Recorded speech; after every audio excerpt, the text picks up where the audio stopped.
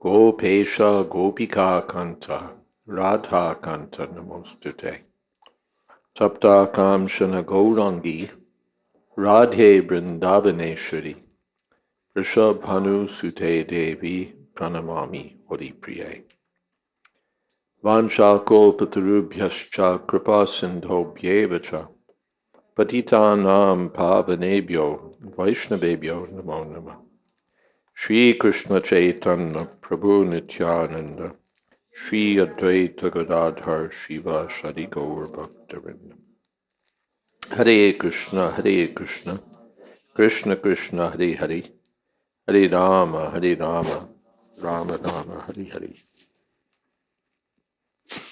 We were talking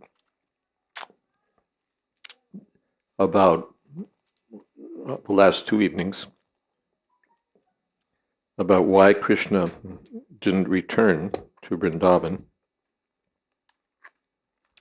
And I mentioned that this was the subject of a discussion in Brihad Bhagavatamrita. So now we have Sri Brihad Bhagavatamrita with us, translation and commentary by His Grace Gopi Pranadhana Prabhu. This is part 1, chapter 7, and there's a long discussion here, but Krishna has gone into a sort of ecstatic trance by thinking of Vrindavan and the gopis. Now he's come out of that trance and he's speaking with Uddhava and queens in Dwarka, maybe others, Devaki. So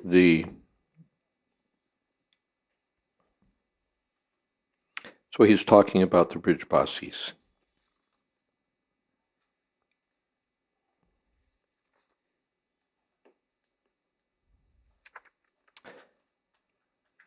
Actually, he's talking specifically to Satyabhama.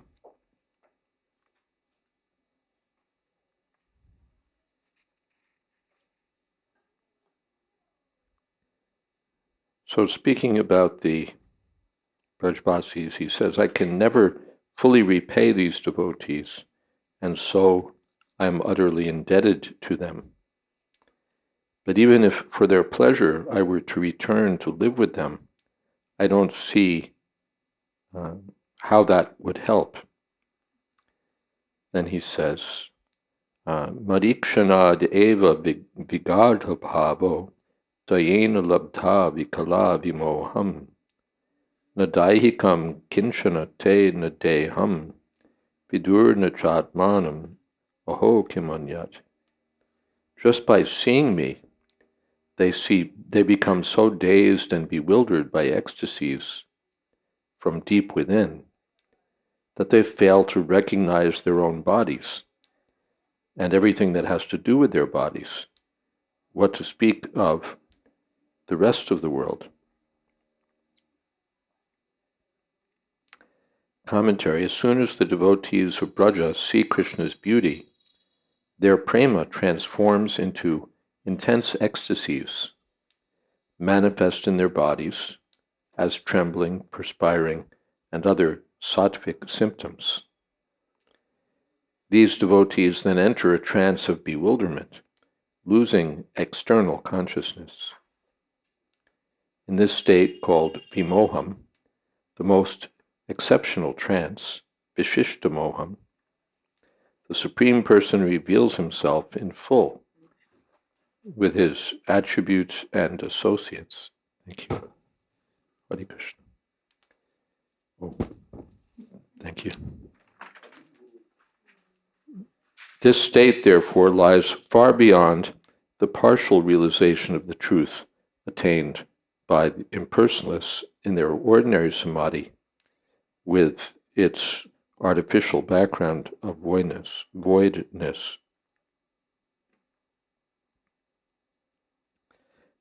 When the Brajbasis see him, I'm skipping just a little bit, they forget their own bodies and everything connected with them, family, social position, responsibilities, and so on. They forget whatever plans they may have had for success in this life and the next. Therefore, since the Brajbasis, upon seeing Krishna again, would lose all contact with reality, Krishna sees no hope of restoring them to health by returning. His going back to them would only make their condition worse.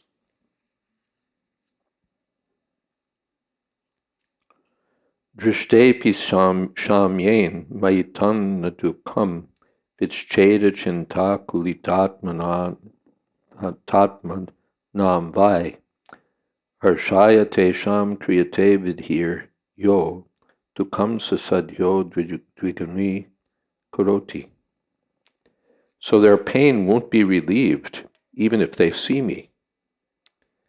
Their hearts will be so disturbed by thoughts of separation from me that whatever measures I take for their happiness will only double their grief.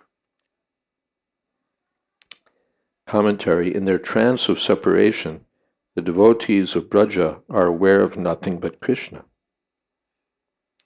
Their ecstasy is so deep that as a natural effect of remembering Krishna, they see him physically before them.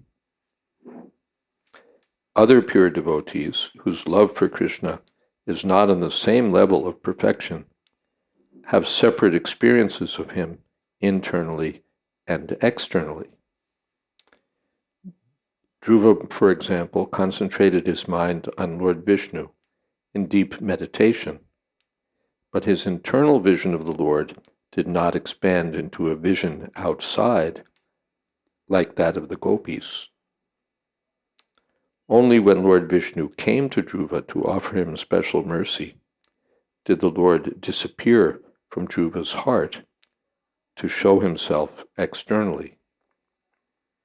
As described in the 4th canto of the Bhagavatam, Savaidhiya Yoga Vipaka Tivreya Hrit Padmakoshe Spuritam Tadit Prabham Tirohitam Sahasaivo Palakshya Bahistatam Tad Avastam Tadarsha.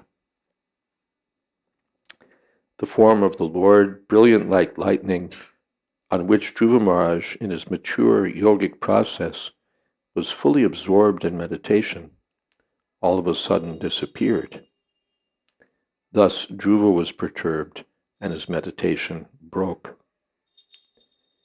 But as soon as he opened his eyes, he saw the Supreme Personality of Godhead personally present, just as he had been seeing the Lord in his heart. The full vision of Krishna's beauty relished by the Brajbasis is the ultimate fruit of spiritual perfection. One might suggest, therefore, that if Krishna were to present himself once more before the Brajbasis, their condition would certainly improve. This might be true, but to recover from the intense pain of separation would take time. And the Brajbasis, thinking Krishna might leave them again, might relapse into their trance of separation. Therefore, Krishna thinks that returning to them would only cast them deeper into suffering.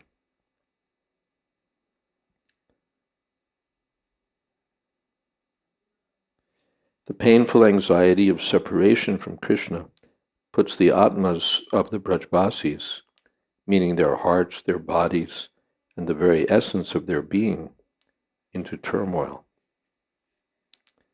When a person has not eaten for a long time, the vital elements of his body are depleted, so that even after obtaining food, he takes time to recover. He does not recover simply by having food placed before him. He has to eat, and in a manner that does not make him sicker. Then he has to wait for the nourishment to be distributed in his body. Similarly, Krishna thinks, the Brajbasis will not recover just by seeing me. They will have to enjoy pastimes with me and not only for a short time, but as long as needed to fulfill their desires. I fear that this will prove impossible, since I have too many other things to take care of elsewhere. I'm incapable of curing them.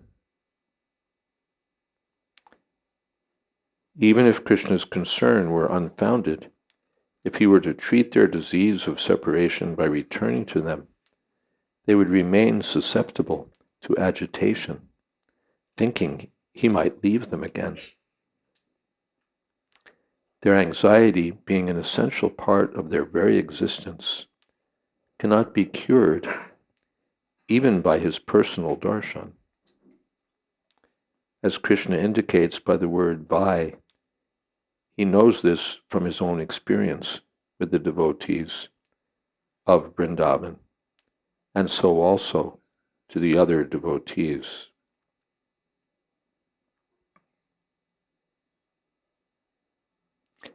And then there's a discussion. I'm going to cut it a little short because, well, I have two choices. Let me just see one thing.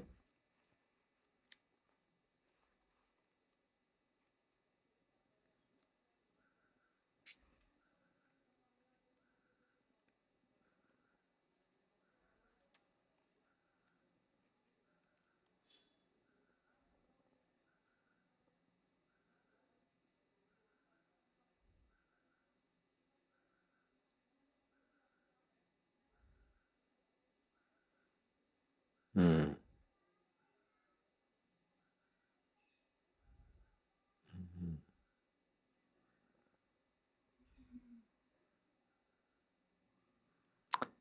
Hmm.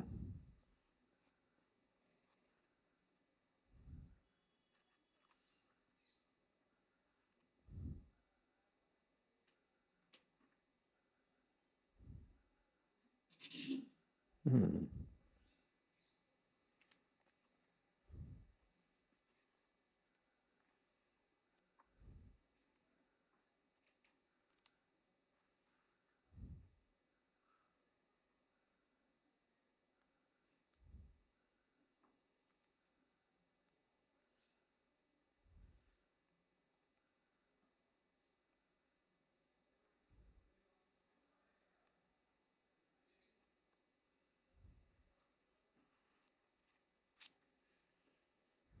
Yeah.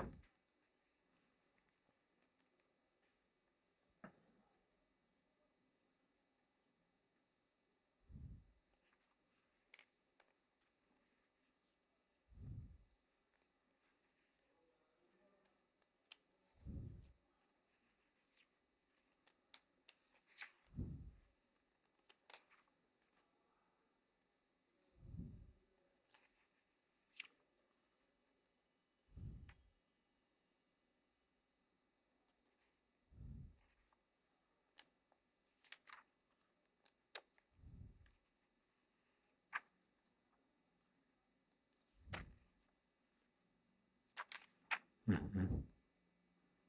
Okay, I'm going to cut this a little short.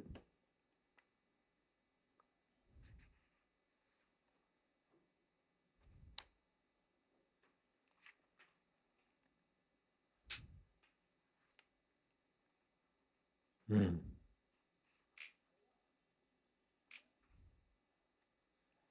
Yeah, wait, this is what I was thinking.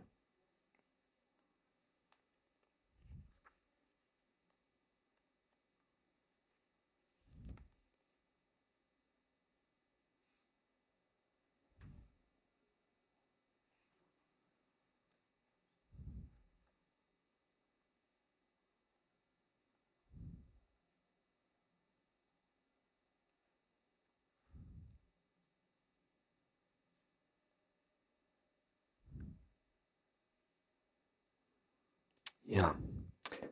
Okay, I'm going a little backwards, but I'm going to cut this a little short. Or I can cut it long. Yeah, maybe I'll cut it long, and we can. We'll, we'll do that. So Krishna knows from his experience that the devotees, Even when they're with him, the devotees of Braja feel separation. And then there's a discussion, as Sukadeva Goswami relates in the last chapter of the 10th canto. After Krishna's queens enjoyed water sports with him, with Krishna, the queens mourned.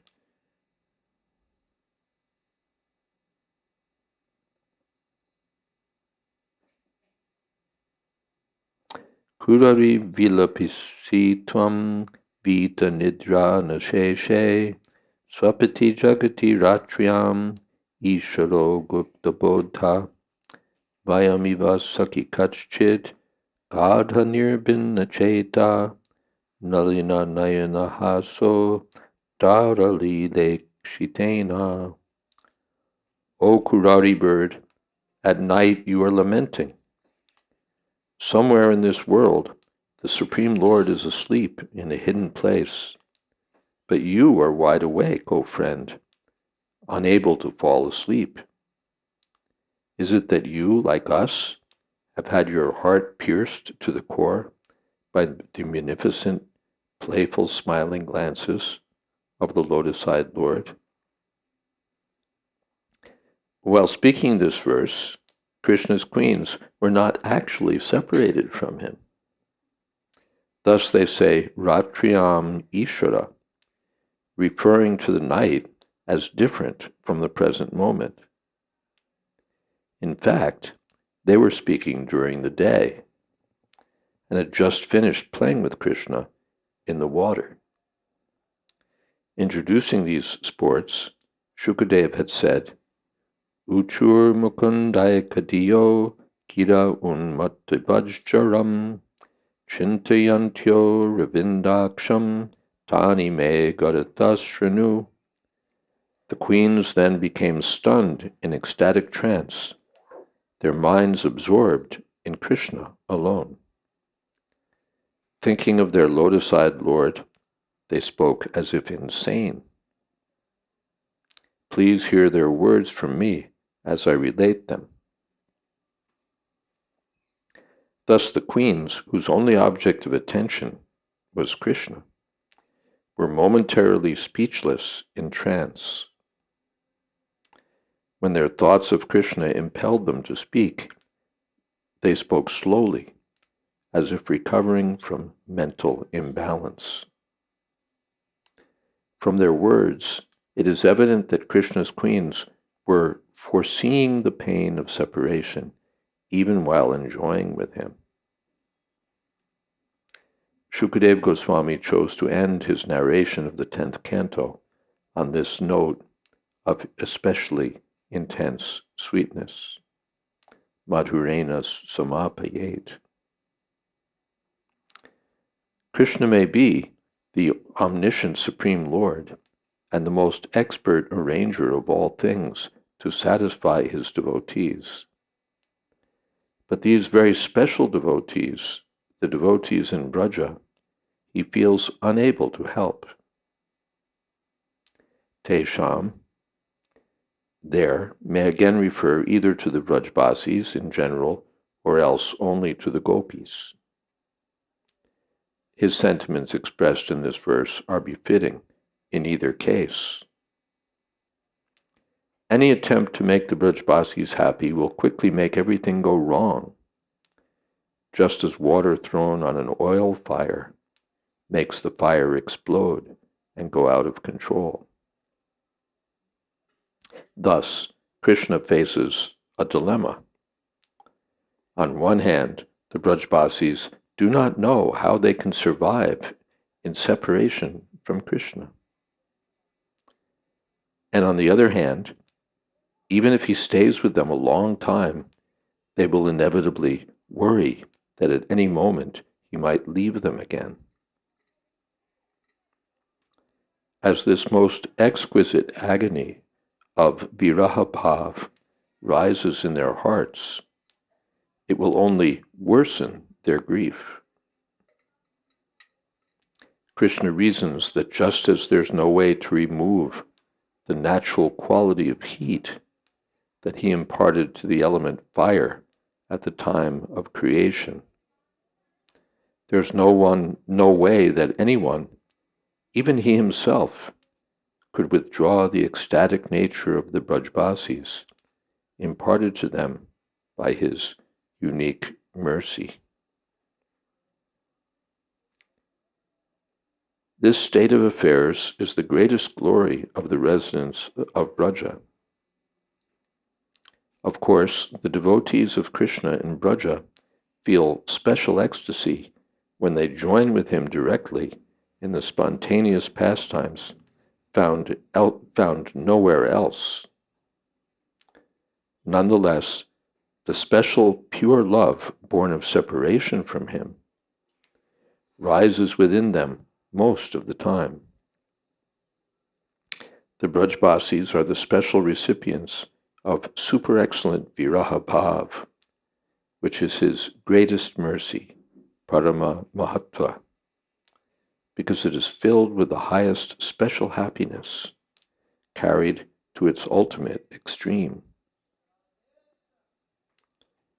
Although everyone in this world lives in separation from Krishna, only the Brajbasis fully experience Viraha Bhav. Their special ecstasy of separation from Krishna is obtained only by his special mercy, and only after very intimate association with him. Krishna feels very grateful for the transcendental love of his gopis and his other beloved devotees in Vrindavan, so he cannot bear to see the disastrous effects of their Viraha Bhav. He therefore cannot return to live in Vrindavan again, or even pay a short visit.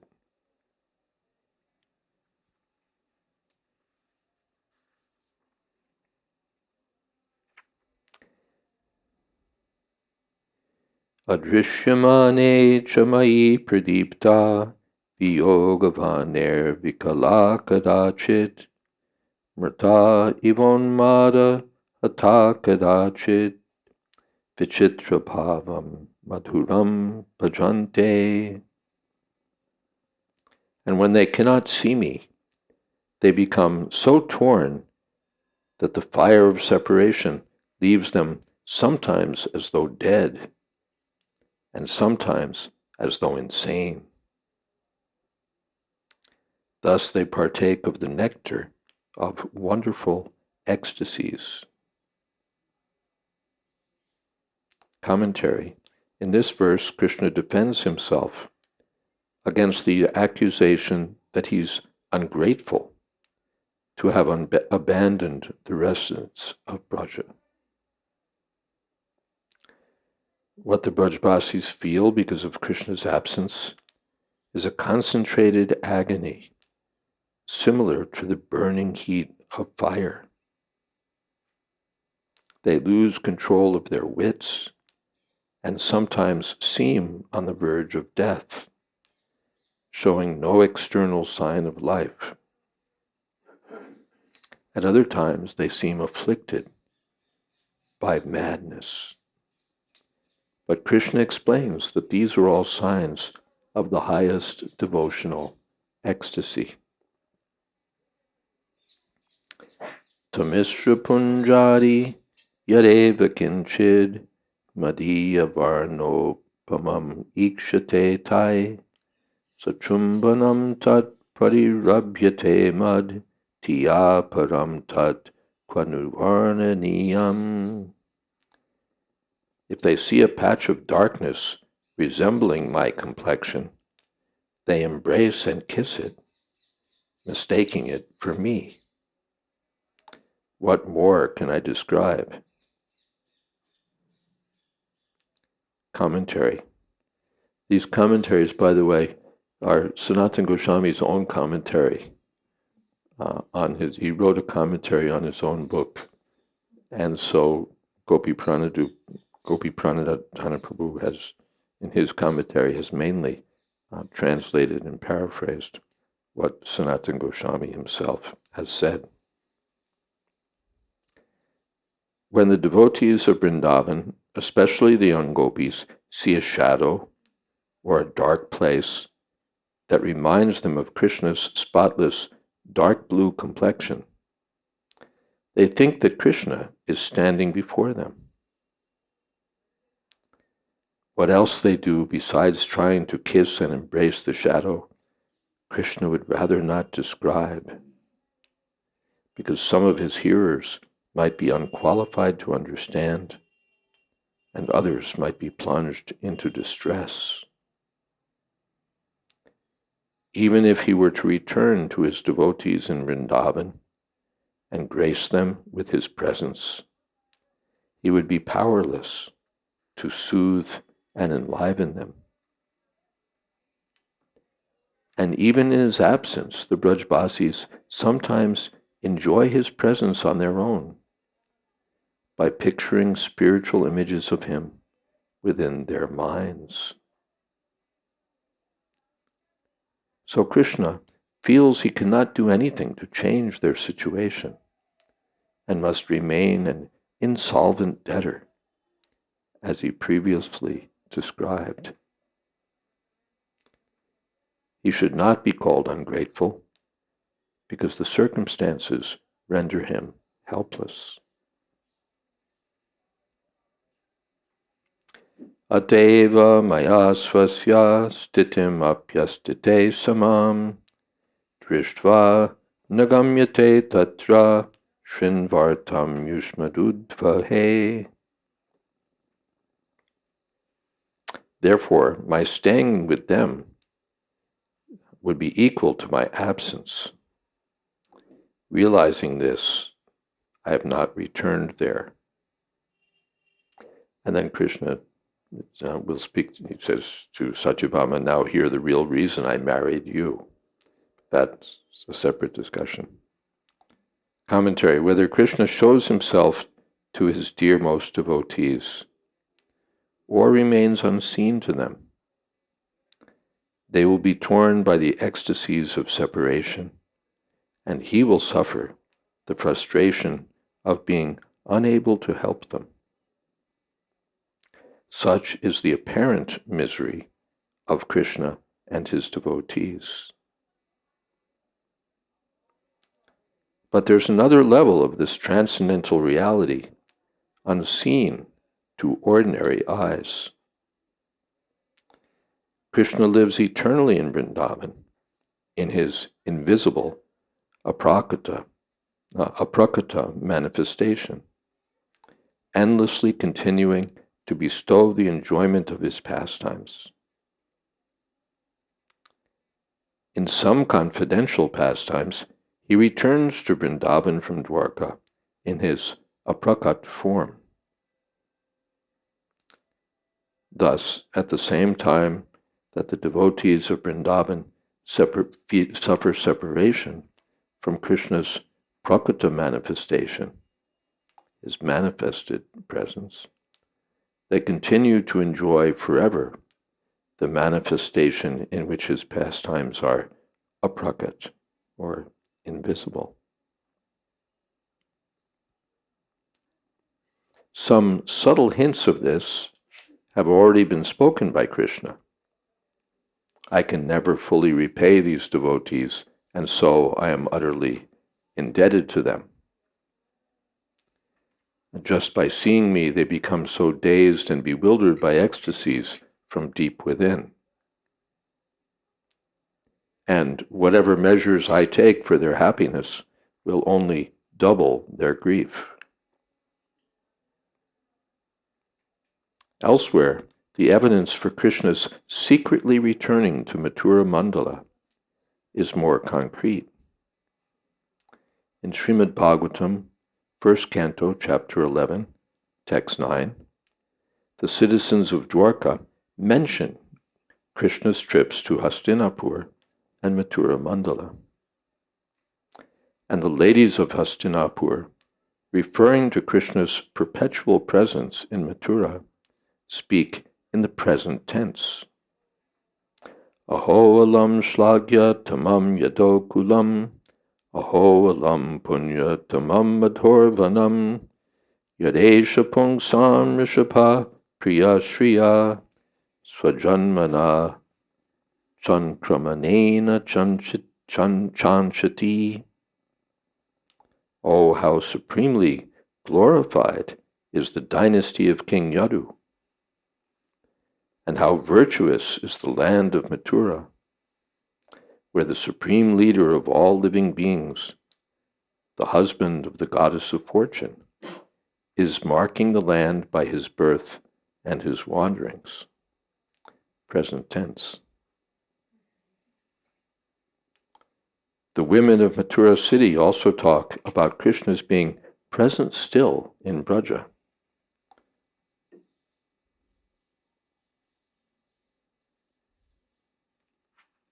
Punyabhata Vrajabhuvo Yadayam Ralinga Gurdha Purana Purusho Vanachitra Malya Kapalayan Sahabala Kranayans Chavenum Vikridayan Shati Giritra Ramarchitangrihi.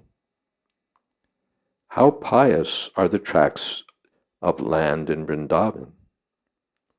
For there the primeval personality of Godhead, disguising himself with human traits, wanders about, enacting his many pastimes. Adorned with wonderfully variegated forest garlands, his feet worshipped by Lord Shiva and the goddess Rama, he vibrates his flute as he tends the cows in the company of Balaram. Bhagavatam 10:44-13, and again present tense. In the Uttarakhanda of Sri Padma Puran, Lord Shiva relates to his wife an even more explicit account of Krishna's returning to Braja and remaining there permanently. And in the second part of this Brihad Bhagavatamrita, the glories of Goloka, the conclusion will demonstrate that Lord Krishna always resides in Gokula. Nevertheless, Krishna has chosen not to divulge to Sri Satyabhama and his other queens that he returned to Gokula. Hearing about this would distress them, and he cannot tolerate seeing his devotees distressed.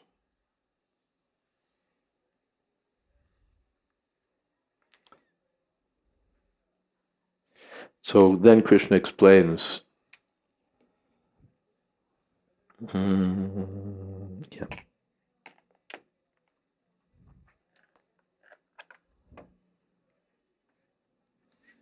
why he married Satyabhama. He said he had no I'm just going to summarize the coming verses.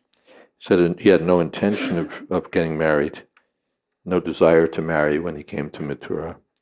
But then he got this letter from Rukmini, and she said, I'll commit suicide if I can't obtain you. So he kidnapped Rukmini, but then seeing Rukmini made him think of the gopis more and more, and this disturbed him. And so he said some 16,000 gopis had worshipped Katyayani to get Krishna as their husband. So to bring my mind somewhat to peace by seeing a likeness of them, I married the same number of you queens here in Dwarka.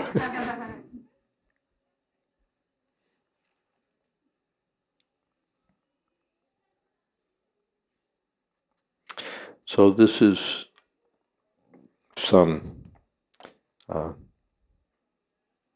insight from Brihad Bhagavatamrita on Krishna's reasons for not returning to Vrindavan, some of his inner thoughts.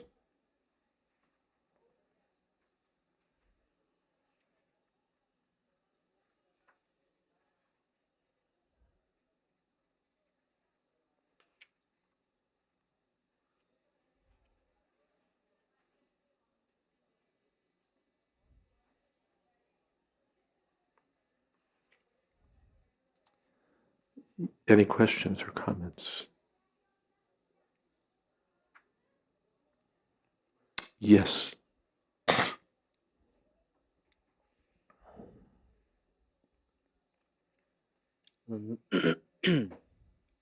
I was just reflecting how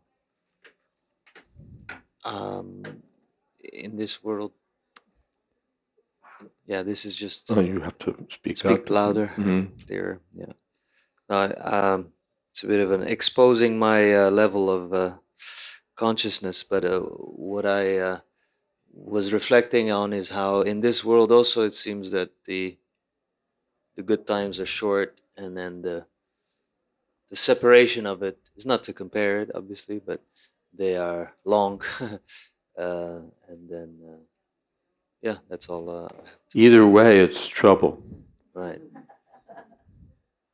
Uh, Sometimes husband and wife are separated. The husband dies, the wife dies, and then the partner is in grief for the rest of their life. And sometimes they live together for decades and decades and decades, and then they're both in grief for the rest of their life.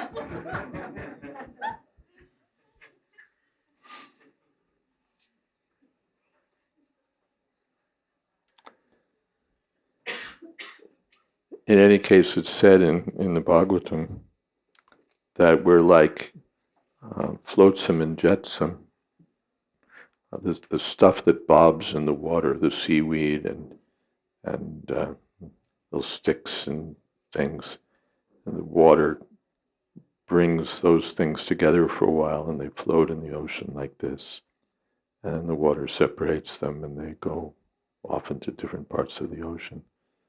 So that's our life together. We wander from lifetime to lifetime, and then sometimes we come together with a group of people, and there are as husbands and wives and family members. And then sometimes even within this life we separate. And certainly by the end of this life we separate and go in different directions. So meeting and separation, where we meet with these people just for a short time. That son of Chitraketu, in which lifetime was I your son? The boy, the Chitraketu, after much endeavor, finally got his son by the blessings of the sages. And then the son died, or was murdered, and the king was plunged into grief. So then the boy was apparently brought back to life. And he said, in which lifetime was I your son? I've been going through so many lifetimes. But here the relationship between Krishna and the Brajvasis is eternal, so much so that there can't be any separation. Even when there's separation, when there is separation, they're most intensely associated with Krishna. And even when they're associated with Krishna, they're feeling, they're worrying about separation. So this is on the transcendental plane. Our meeting and separation are both Maya. They're both products of the illusory energy based on this body, which we have no relationship with. Sangohiyam Purusha. We have nothing to do with this body. But we're imagining that we're this body. These are my friends and relatives. So the whole thing is illusory and temporary. But on the spiritual platform, these are real, both the ecstasy of being with Krishna and the ecstasy of apparent separation from Krishna are on the transcendental platform. Elsewhere, Sanatana Goswami will say that usually we think that separation is exalted because it increases the ecstasy of meeting. After losing something, when we get it back, we're so joyful. But he says, no, it's higher than that. He says the ecstasy of separation itself is more ecstatic, more great than the ecstasy of meeting. And therefore Chaitanya Mahaprabhu came to this world to, in that mood, to feel that the highest ecstatic love experienced by the gopis, which he could experience only in separation. He could have said, well, I'll be in the mood of meeting and experience the highest feelings that they do. But they experience a higher ecstasy when they're in separation from Krishna. So Chaitanya Mahaprabhu wanted to taste that.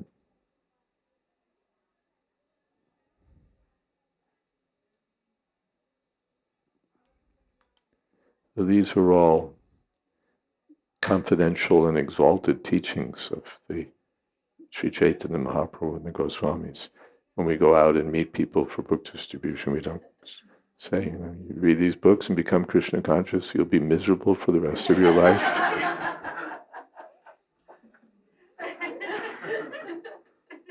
You'll be in the greatest agony.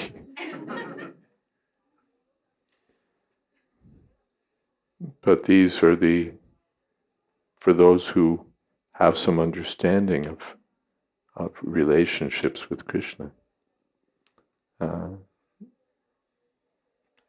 These truths are disclosed. Something else? Mm-hmm. You mentioned earlier about the temporality of the relationships with the family coming together and meeting. I was wondering if these apply to once we start Krishna consciousness, we lose our material relationships by force or choice. So I'm wondering, do these temporality apply to our spiritual relationships? Temporality of relationships apply to spiritual friendships and the relationship with the guru and disciple? To all these relationships of the material world are lost by the power of the material energy.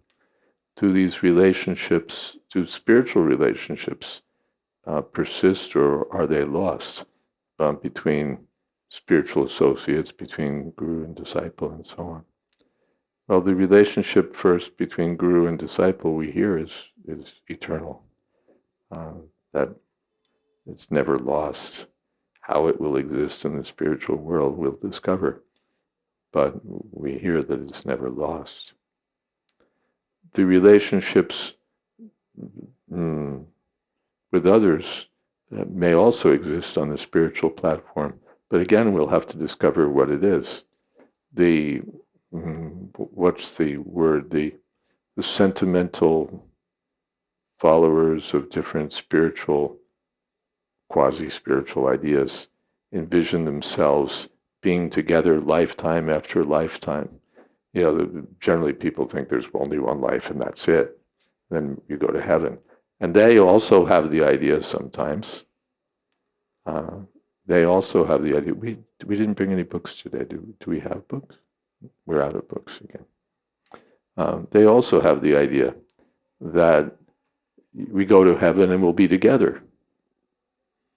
We'll be united in heaven. I've gotten some tracts from a Bible society that shows heaven, and it's kind of like suburbia. The sun is shining down, and there's a nice little cottage with a white picket fence, and the husband and wife are there, and maybe there's a little dog barking. It's just like home here, but it's eternal. So that's the reward that you get in heaven. You live with your family, if you can call that a reward.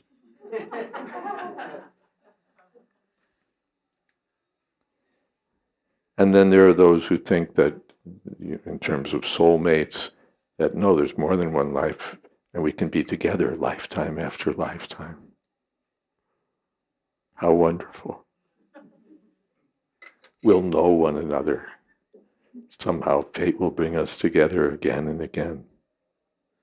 This is another product of the illusory energy.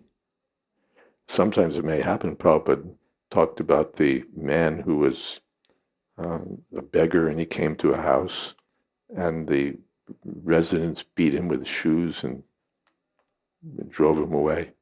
And Prabhupada said that previously he'd been the father in that house.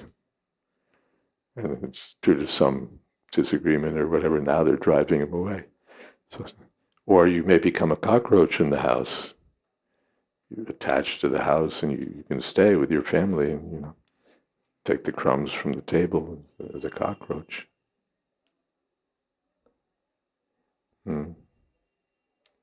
So this is, for the most part, an imaginary idea. We'll be together lifetime after lifetime. And what good will it do us? We'll gratify our senses together life after life. We won't only have one meaningless lifetime together, we'll have endless meaningless lifetimes together.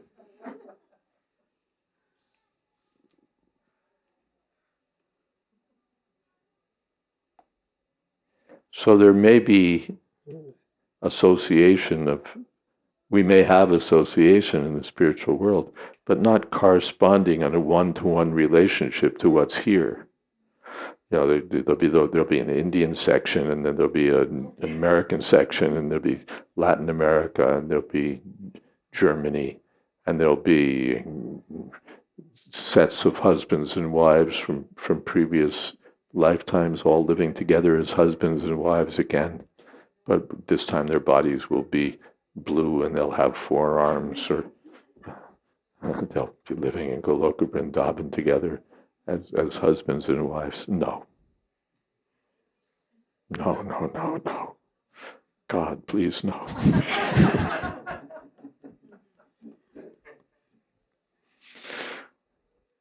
That's not what the Shastras lead us to expect. But we may be in some ways associated. First of all, everyone is serving Krishna. So by that, we're all, as Prabhupada said, packed up tight. One time he said, I'm chanting Hare Krishna here, you're chanting Hare Krishna there. So we're packed up tight.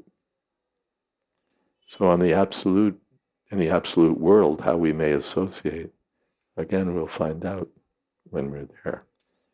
We've read that letter some time ago that we'll have another ISKCON there.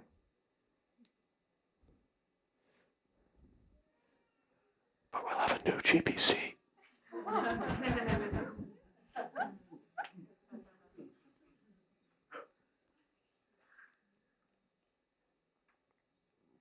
Is that okay?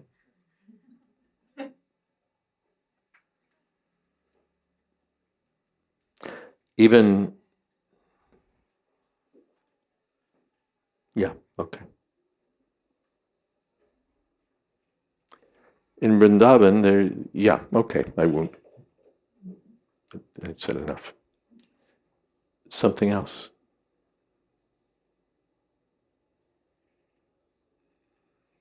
Yes.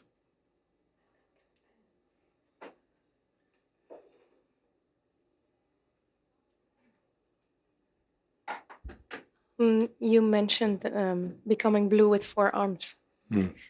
And we read that also some chapters ago that Kamsa achieved that kind of liberation. I was wondering, if you achieve that, what happens to your eternal Swarup? What happens to your eternal? Swarup. That is your eternal Swarup. If you go to Vaikuntha, you've gone there because that's your eternal situation. According to one's particular taste for serving Krishna, one may live either in Vaikuntha to serve in a reverential relationship, or one may live in Goloka Vrindavan to serve in spontaneous love. But in any case, it's eternal. Because I read in the biography of Jayadvaita Swami that he visited a very great Ram devotee. And every day they would do katha in Hindi, and he wouldn't understand. We'd sit there, and afterwards there was one person who could translate for him. But every time he translated, it was Krishna katha, and he couldn't match the two. So after a few weeks, actually, this master came to him and he said, I will not tell you anything about Ram because you are a Krishna devotee. So I was wondering if everyone has their eternal swarup, it can also be that it is not Krishna in the way that we are studying Krishna. It can be Ram. Ram has his eternal devotees. Hanuman doesn't graduate and become a Krishna bhakta. That would be totally against his nature. There's a discussion of that in the in the first part of Brihad Bhagavatamrita. That yes, I know that Krishna is the Supreme Personality of Godhead, but I've sold myself to Lord Ram. Murari Gupta, same thing. They're begging him, please, please, please become a devotee of Krishna. All right. But then he spends the whole night crying, and I couldn't do it. And Chaitanya Mahaprabhu blessed him. Yes, you're Hanuman. I was wondering how that works when we go out and preaching. So maybe we encounter some souls who are actually more inclined for other rasas. You don't have to worry about that when you go out and book distribution. That you may mislead some people who are potential Lakshmi Narayan devotees or Ram bhaktas. They're bhaktas of Kam, Krodh, Lobh, Mada, Moha, Matsarja, or Gandha, Sparsha, and sense objects. We don't have to deal with those problems.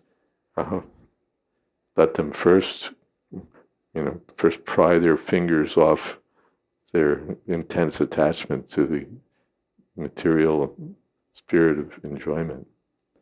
Then we can see about these other things.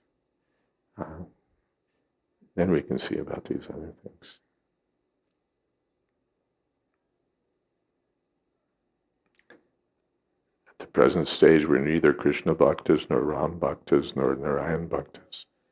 So first we don't even know that we're not these bodies.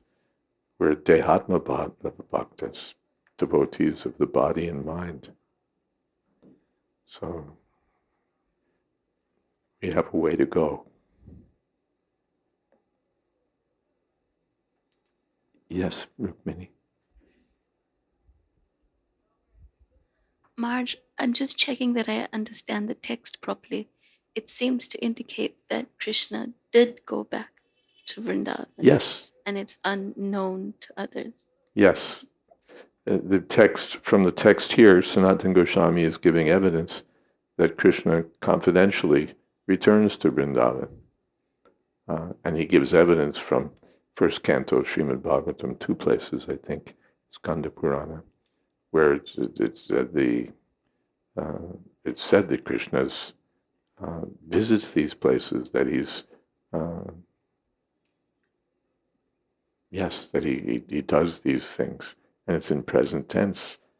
The Hastinapur ladies are speaking after Krishna has left Vrindavan, but they're saying he does this, he does that in Vrindavan. Nityam Sanhito Harihi. Krishna lives eternally in Vrindavan. So these things are inconceivable and also secret. That Sanatana Goswami is, what is that? Nana Shastra Vicharane Kanipano. The Goswamis did intense research to discover so many things, Saddharma Samstapaka, to establish the truth of Krishna's form, qualities, pastimes, and so on. So they've detected this evidence in Srimad Bhagavatam, and Sanatana Goswami is sharing that with us. Maharaj, I was just wondering, why would it have to be such a big secret? Otherwise, the queens would flip. That's the explanation given here. That Krishna doesn't talk about it because it would be too painful for the queens to hear about it.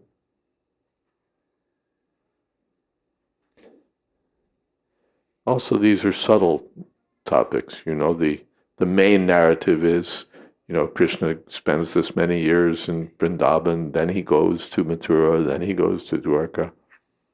And people can't wrap their heads around that. That's too much for them to think. They speculate, well, maybe there were 3 different Krishnas, one in Vrindavan and one in Dwarka and one in Hastinapur.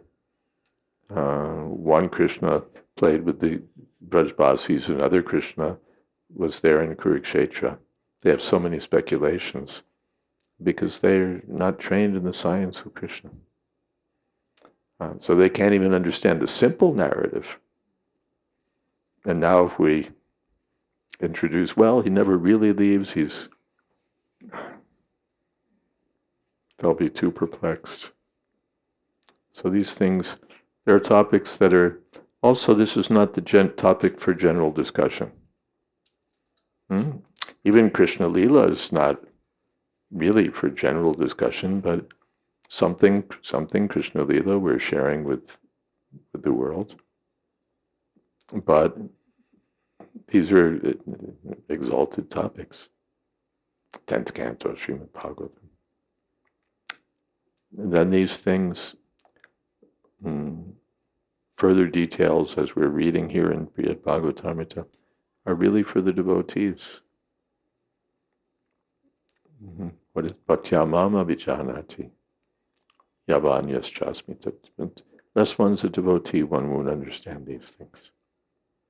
So it's shared with the devotees. It's confidential. Prabhupada explained confidential.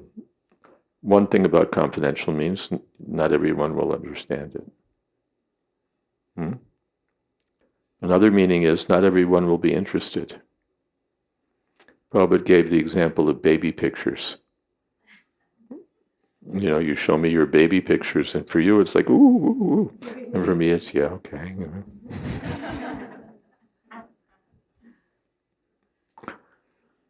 So baby pictures, not everyone's interested, but the family, ooh, ooh, ooh. So the devotees are intensely interested in everything about Krishna. His peacock feather, his flute, the lines on the soles of his feet. They're interested in anything that has to do with Krishna. His tulsi plant, Indradumna Maharaj has been giving a series of mini series of talks about things related to Krishna that that stimulate ecstasy.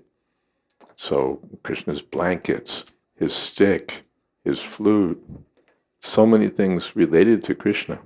And devotees go on and on and on. Chaitanya Mahaprabhu is thinking about Krishna's flute, and it's just one thought after another, after another, after another. By thinking of things related to Krishna. But the non-devotees, it's like, okay, it's a flute. A flute's a flute. No, he's got this kind of flute and that kind. He's got a murli and a vamsi and a vangsi and a murli and some mohini and a this and a that. So many different. This one's this many inches long and has this many holes, and he uses it for calling the cows. And this one's this long, and it's yeah, all right. Well, we're interested in God. Why are you talking about this? What does this have to do with theology? No, we're interested in everything that has to do with Krishna. Down to how many holes there are in his flute. But like baby pictures, not everyone's interested. Okay. You had a question?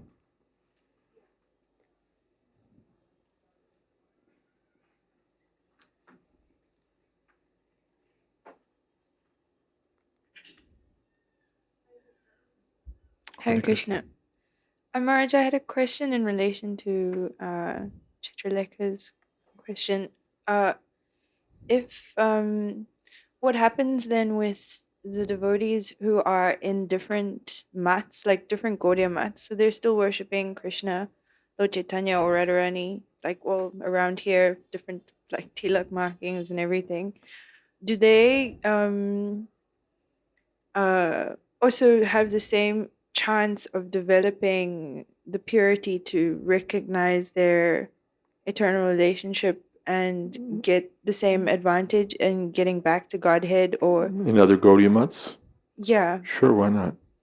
It's not that we have somehow or other, when we incorporated, we secured from the courts a monopoly on the ability to develop love of Krishna. It's not held within the fence of our institution. We have reasons why we prefer this institution. What its advantages are for us, what great benefits. But if we start going beyond that and saying we're the only ones who can chant Hare Krishna properly, we're the only ones who can ever go back to Godhead, that's too much. Too much. There's no Shastric justification for that, certainly. And even Srila Prabhupada, as much as he sometimes had differences with his godbrothers, never went so far as to say, we can get the mercy of Chaitanya Mahaprabhu, but only us, only we, not anyone else, only within ISKCON. No. Now, if you want, reasons why we would recommend ISKCON, we can speak at length about that. But just to answer your question, no, we don't have a monopoly. so what about the things that we do differently? Like if they're not set on chanting 16 rounds a day, they say just chant as many sincere rounds as you can, or they might have principles that we follow that they don't follow, regular principles, which... Well, that comes under the category of, I would put that under the category of Srila Prabhupada's, not category of, I would put that in the context of Srila Prabhupada's success in bringing people to Krishna consciousness. They were there for so many years with their approach to Krishna consciousness and their program of preaching, and undoubtedly they had some success. But Srila Prabhupada had extraordinary success in spreading Krishna consciousness all over the world, to Americans, to Europeans, to Latin Americans, to Africans, to Australians, to people outside of all those places. Spread Krishna consciousness all over the world in such a way that people became extraordinarily changed. They went from being Jagai and Madhai to being recognized even in Vrindavan by the leading devotees as genuine devotees of Krishna. So, how is that possible? Prabhupada presented Krishna consciousness and adjusted the program of Krishna consciousness in such a way that it would succeed, that we could take to it. Not only could take to it, but that it would be effective. Because you can make it easy to take to, just say, here your name is, and carry on with your life. But he gave some rules also that you had to follow. So he sometimes made it rigid and sometimes made it easily accessible. He put together the whole program. and see see the result. See the result in terms of spreading Krishna consciousness all over the world, and in terms of bringing people to an exalted level of devotional service where they dedicate their lives to the service of Krishna, and become absorbed in thinking of Krishna and serving Krishna. So Prabhupada did that. And his program for doing that is his formula, you can say. By which I don't mean to say it's like a cookie cutter, but he made a program which includes all the things that we do, from Mangalarti to how we worship the deities, how we do kirtan, or used to do kirtan, how we do kirtan, how we offer food to the deities, how we celebrate various festivals, how we observe Ekadasi, how many rounds we chant, how many rules we follow. All these things Prabhupada gave. And because that's been a successful program, much can be said for following that program. Now, you don't have to follow that program if you want. You can join another organization. If you want to join ISKCON and be, properly initiated and seriously following, then we know you have to do this, you have to do this, you have to do this, you have to do this, you're expected to do that, you get to do this. Some things that you can't do over there, you can do here. Some things you have to do here, you don't have to do there. But in ISKCON, this is what we do. Now, if you want, you can go someplace else and do it their way. And you'll definitely get some benefit, no doubt. They're not going to tell you, read Shiva Purana. They're going to have you reading Srimad Bhagavatam. They'll have you chanting Hare Krishna. And for some people, even it may be the best program. What they're given there, they may develop a relationship with someone, and it may be the best thing for their spiritual life. I'm not going to, roll up the drawbridge and say it's only within our castle. But as far as we've seen, this is what's extraordinarily successful. So for those who think about it carefully, and have some relationship already with ISKCON, they may think, well, this is the best deal. And other people may think differently. They may think, well, there's something there that we won't get here. Or they may think, well, it's easy over there and they have to chant 4 rounds.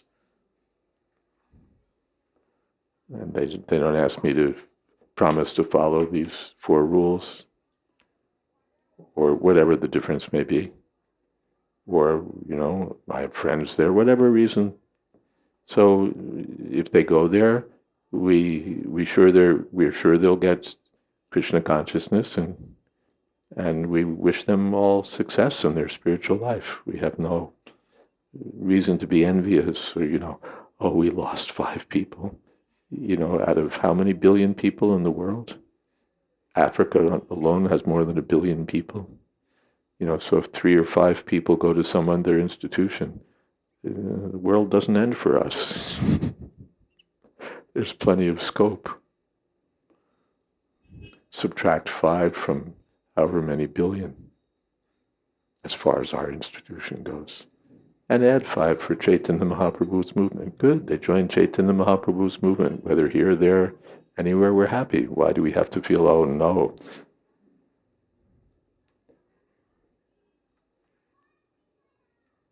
Thank you, Maharaj. So Krishna's here, Krishna's there. But, what would I recommend for most people? I'd recommend ISKCON.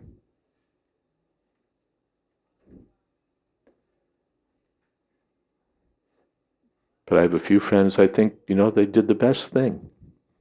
Very, very few. I'm talking about, like on one hand, where I would say, and not to say there aren't more, but of people I know, I could say, yes, this person actually made the right decision. This was under the circumstance. He did the best thing for his spiritual life. And I wish him well.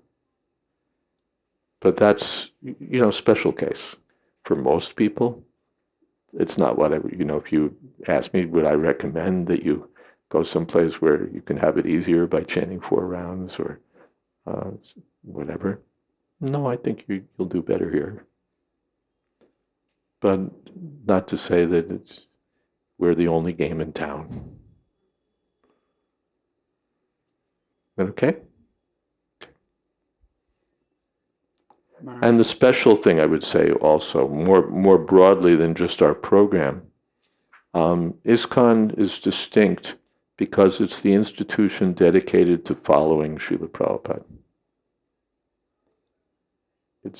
And therefore it's the institution where there's this intense connection to Srila Prabhupada. Other institutions, they may follow something from Srila Prabhupada, they may not follow something they're not under any obligation. There's nothing in their charter that says they have to regard him in any special way or have any special respect for his instructions. They're entirely free to do things according to their own best discretion. But ISKCON is the society directly following Srila Prabhupada and directly connected to Srila Prabhupada. And therefore, you, I think, arguably say, directly getting mercy from Srila Prabhupada. We are it every day, every time we're worshiping Krishna Balaram, every time we're completing 16 rounds, every time we're doing anything that we got from Prabhupada, we're getting Prabhupada's mercy. So, and ISKCON is dedicated to that. When our governing body meets, what's their criterion ultimately? Is this what Prabhupada would want us to do? So that's special. So if you don't feel a particular affinity for Srila Prabhupada or a specific desire to be in Prabhupada's line of teaching, then it doesn't, then that's not a consideration for you. But those of us who feel that we've benefited from Srila Prabhupada and that we really want to continue to be in a society dedicated to following Prabhupada, well, that's ISKCON. And that's not to say that leaders of other institutions don't have great respect for Srila Prabhupada. Some of them probably don't, and some of them most certainly do. So that's there also. But here, this is our guiding principle. Is that okay? Okay. Sorry I didn't get to your question. And we won't because we're out of time. Did that boy come who wanted to meet you? Who wanted to be here today? Gorgovinda Maharaj, he'll come tomorrow maybe? It's been one day he'll come. Yes?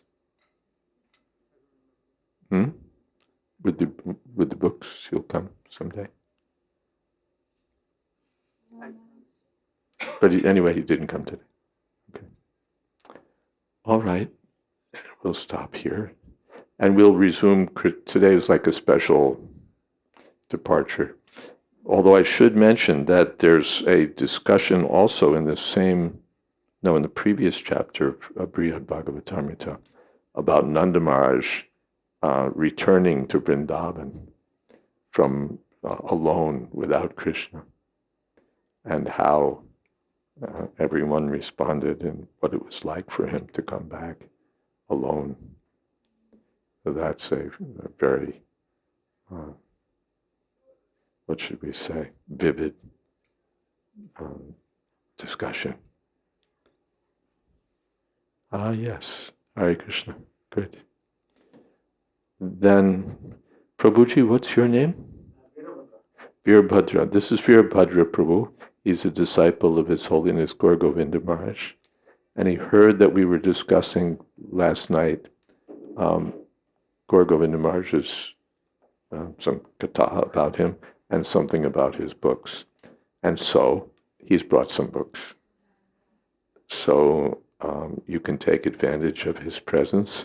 We'll have some kirtan for a few minutes, and then you can take a look at the books that he's brought. Okay. Thank you all very much. Hare Krishna.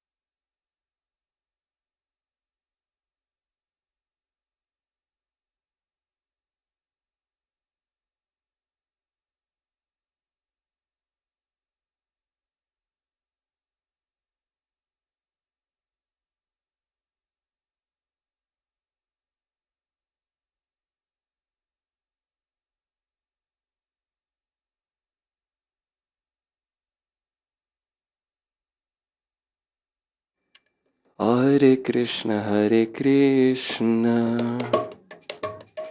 Krishna Krishna, Hare Hare, Hare Rama, Hare Rama, Rama Rama, Hare Hare. Hare Krishna, Krishna Krishna, Hare Hare Rama, Hare Rama,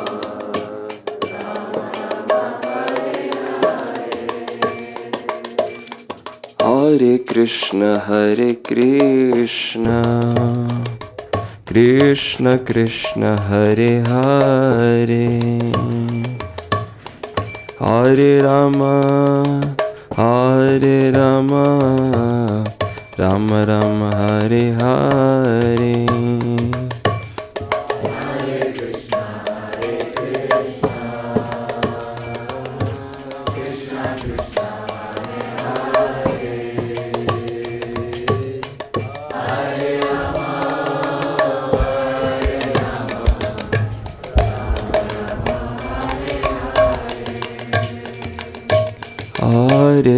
Hare Hare Krishna, Krishna Krishna, Hare Hare, Hare Rama, Hare Rama, Rama Rama, Hare Hare. Hare Krishna, Krishna Krishna, Hare Hare Rama, Hare Rama, Rama Rama, Hare Hare. Hare Krishna, Krishna Krishna, Hare Hare,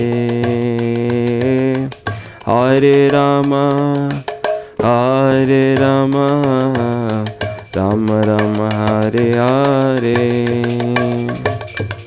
Hare Krishna, Krishna Krishna, Hare Hare Rama,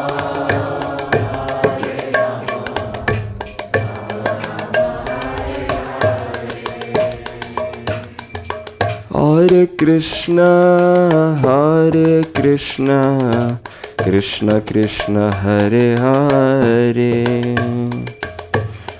Hare Rama, Hare Rama, Rama Rama, Hare Hare.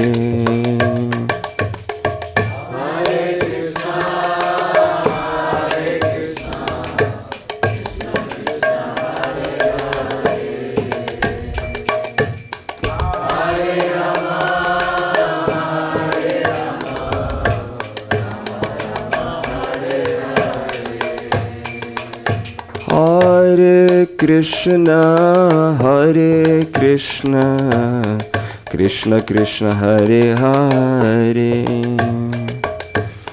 Hare Rama, Hare Rama, Rama Rama Hare Hare.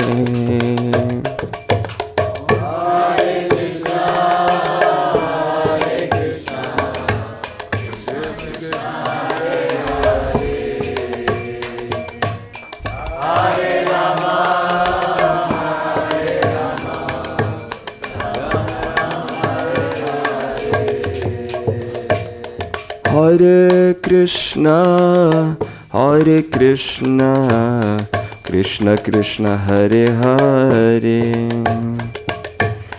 Hare Rama, Rama Rama Hare Hare.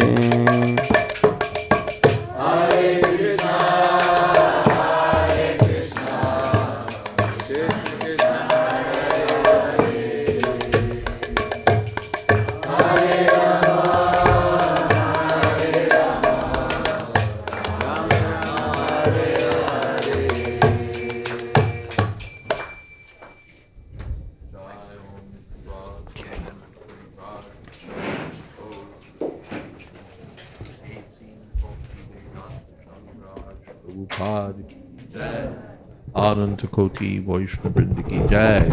Namacharya Srila Haridas Thakur ki jai. Prem se kaho Shri Krishna Chaitanya Prabhu Nityananda Shri Advaita Gadadhar Shri Vasadi Gaur Bhakta Vrinda ki jai. Sri Sri Radha Krishna Gopinath Sham Mukund Radha Kund Giri Govardhan ki jai. Vrindavan Tham ki jai. Navadip Tham ki jai. Jagannath Puri ki jai, Ganga Mai ki jai, Jamana Mai ki jai, Tulsi Devi ki jai, Bhakti Devi ki jai, Samaveta Bhakta Vrinda ki jai. All glories to the assembled devotees. All glories to the assembled devotees. All glories to the assembled devotees. Gaur Premanande Hari Hari Bol. Thank you all very much. And again, Veerbhadra Prabhu is happy to show you these books. Do we have some prasadam for people?